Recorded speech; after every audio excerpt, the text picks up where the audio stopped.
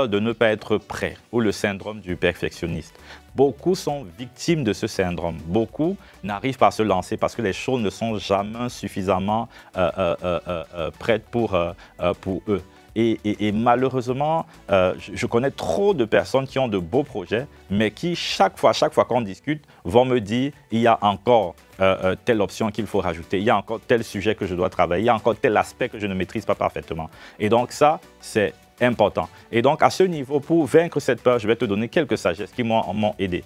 La première sagesse que je peux te donner, c'est comprendre l'importance de ce qu'on appelle la phase 1 d'un projet. Ça veut dire quoi? Ça veut dire que lorsque tu as un projet, le plus important, c'est de ne pas proposer la complétude des services que tu as ou de ne pas proposer un produit complet, mais c'est de proposer un produit qui est utile. Donc, si ton produit il est incomplet, ce n'est pas grave. Si tu n'as pas toutes les options que tu aimerais avoir, ce n'est pas grave. Tant que les options que tu maîtrises sont utiles, c'est tout ce qui compte. Et j'aime souvent prendre l'exemple du téléphone. Aujourd'hui, tu utilises un téléphone, tu es satisfait de ce téléphone, mais tu ne sais pas qu'il y a d'autres options qui sont déjà en réserve, garées dans un hangar et qui seront rajoutées l'année prochaine. Et l'année prochaine, quand tu vas utiliser, tu vas dire « waouh » à cause des nouvelles options. Mais chaque année, tu as dit « waouh ». L'année dernière, tu étais satisfait. L'année d'avant, tu étais satisfait. Pourtant, il y avait des options en moins. Pourquoi? Parce que ce qui importait finalement, c'était d'avoir un téléphone fonctionnel. Ce n'était pas d'avoir un téléphone qui a toutes les options qui peuvent exister. C'est ça quand on propose un produit ou un service. On n'est pas obligé, si tu fais la coiffure, tu n'es pas obligé de dire non, pour faire la coiffure, il faut que je maîtrise tous les types de coiffure. Ce que tu maîtrises, c'est ce par quoi tu peux commencer. Tu n'es pas obligé de dire qu'il te faut un salon de coiffure avec les ongleries, avec plein de choses, avec le gommage, avec... Non, tu peux commencer un produit après l'autre. Tu peux proposer un service après l'autre. Le perfectionnisme est souvent à la base de l'inaction de plusieurs. Ne sois pas perfectionniste. Il faut avoir une grande vision, mais il faut commencer petit. Dieu a mis quelque chose dans ton cœur. N'attends pas que tout soit réuni pour commencer. N'attends pas d'avoir tout ce qu'il faut, les bâtiments. Non, commence à ton niveau, commence petit. Il y a quelqu'un qui est venu me voir une fois pour me dire, je veux ouvrir un restaurant, mais il me faut l'argent pour louer le local. Il me faut l'argent. Je lui ai dit, tu peux commencer par un restaurant en ligne. Tu n'es pas obligé de commencer par un restaurant physique. Et ça va t'apprendre à gérer la clientèle. Ça va t'apprendre à gérer les stocks. Ça va t'apprendre à gérer tout plein de choses avant de pouvoir, une fois que tu as fait tes preuves dans le domaine, lever l'argent qu'il faut pour pouvoir attaquer un restaurant en physique. Donc, c'est autant de choses, quel que soit le produit que tu as, quelle que soit l'entreprise que tu veux lancer, tu peux commencer petit. Tu n'es pas obligé de commencer grand. Je me rappelle donc au début de la vidéo, je vous parlais d'un monsieur qui voulait commencer. Lui, il avait besoin de 50 millions d'euros. 50 millions d'euros pour lancer un projet. Et je lui ai dit, combien est-ce que tu es prêt à mettre dans le projet? Il m'a dit 10 000, il m'a dit 10 000 euros. Je lui ai dit, mais qui est fou pour investir 50 millions alors que toi, tu ne ramènes que 10 000 euros? Et qui est fou pour te confier un projet, c'est 50 millions, alors que tu n'as aucune expérience dans l'entrepreneuriat?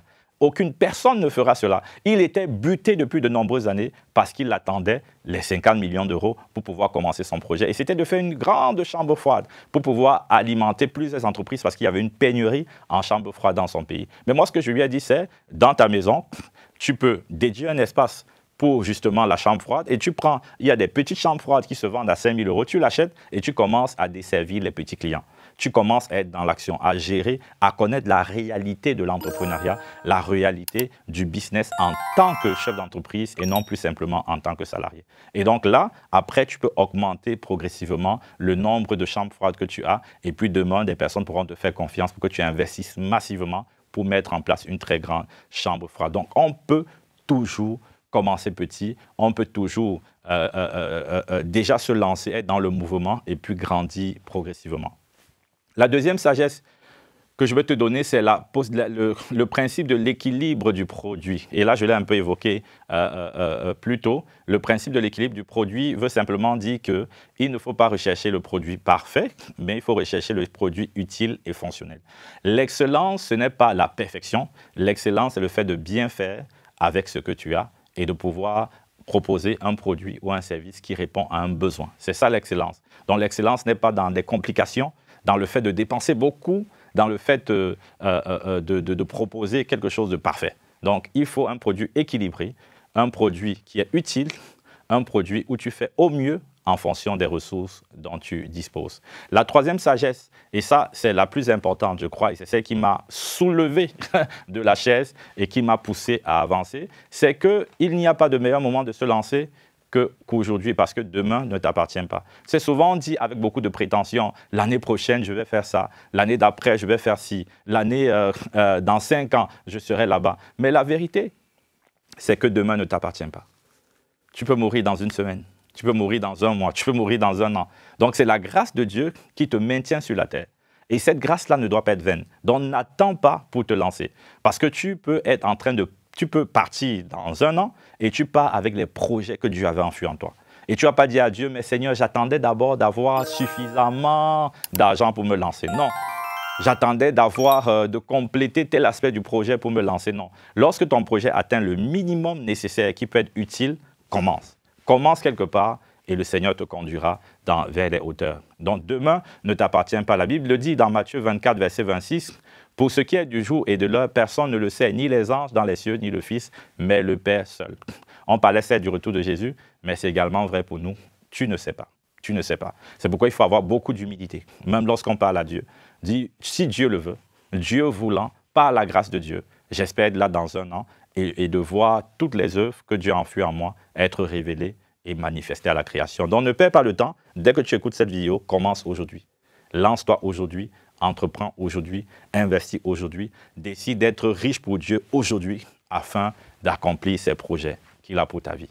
Donc j'espère que cette vidéo t'a challengé, t'a boosté, t'a encouragé à ne plus rester les bras croisés en attendant qu'un événement que personne ne sait se produise. Et que tu as décidé plus que jamais à te lever, à oser avancer, quel que soit ce que les autres pensent, quelles que soient les difficultés que tu rencontres, parce que tu sais et tu sais que tu marches avec le Dieu qui est capable de tout et qui te donnera le succès. Très souvent, à cause du regard des autres, on ne parvient pas à se lancer. Moi, ça m'est déjà arrivé quand je devais me lancer sur les réseaux sociaux. Pour aider les autres à entreprendre, j'avais peur du regard des autres. Je me demandais, mais qu'est-ce que mon frère va penser? Qu'est-ce que ma famille va penser? Qu'est-ce que mes amis vont penser? Et surtout que sur les réseaux sociaux, il y a tellement de faux coachs, tellement de bandits, beaucoup de coachs bandits qui finalement ont donné une très mauvaise image du fait de pouvoir encourager, conseiller et accompagner des personnes. Donc tous ces retours que j'avais, tous ces témoignages que j'avais étaient des éléments qui m'empêchaient de me lancer pour pouvoir aider les autres. Et moi, il y a il y a plutôt 3 choses qui m'ont aidé vraiment à surpasser cette peur. La première des choses, c'est déjà la prière. Toujours la prière, encore la prière, parce que la prière permet à Dieu de se joindre à nous dans ce défi et ça permet de pouvoir bénéficier de l'action de Dieu. Donc c'est la prière. La deuxième chose qui m'a aidé pour venir à bout de cette peur, c'est le fait de finalement laisser le désir d'accomplir ma vision être beaucoup plus grand que le regard de ceux qui m'entouraient. Donc finalement, le désir d'accomplir la vision que Dieu m'avait donnée était devenu beaucoup trop grand, beaucoup trop pressant, beaucoup trop puissant pour être arrêté ou freiné par le regard des autres. J'ai compris que finalement les autres ne vont pas me juger. Les autres ne vont pas me demander des comptes. Mais celui qui va me demander des comptes par rapport à l'idée qu'il a déposée dans mon cœur, c'est Dieu. Et donc cette vision elle était devenue tellement vraie que je n'ai plus eu peur de ce que les hommes pensaient. Et c'est ce que la Bible nous dit dans Matthieu 10, verset 28. Il est dit, ne craignez pas ceux qui tuent le corps et qui ne peuvent tuer l'âme.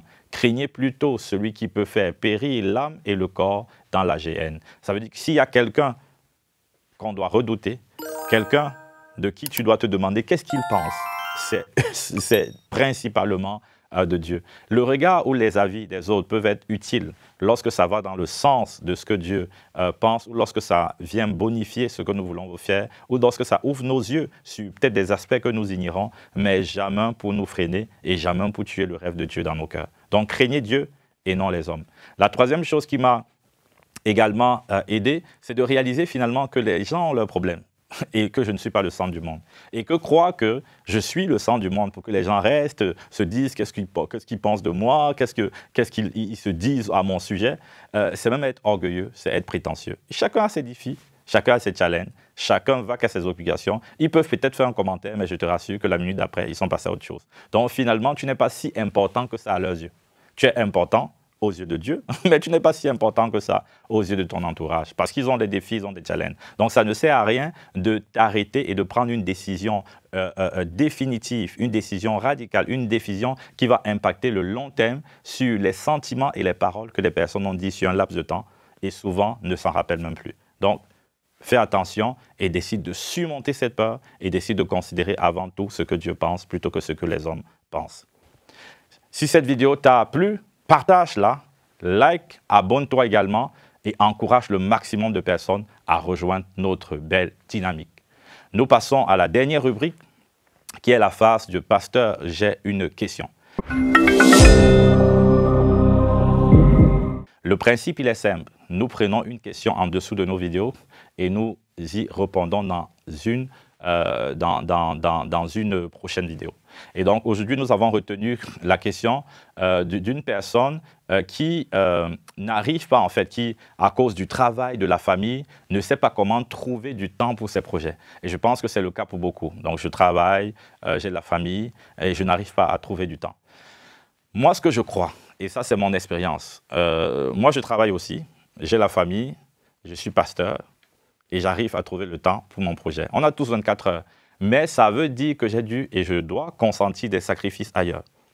Il est important de pouvoir s'arrêter et de dresser en fait, dresser un planning et de voir aussi où ces heures passent. Vous pouvez même de manière rétrospective voir la semaine dernière, lundi, parmi les 24 heures, comment est-ce que ce temps était alloué. Combien de temps au travail, combien de temps à la famille, combien de temps à la prière, combien de temps au service pour Dieu, combien de temps au sommeil, combien de temps sur les réseaux sociaux, combien de temps pour les films, combien de temps pour les distractions, combien de temps pour les discussions avec les amis.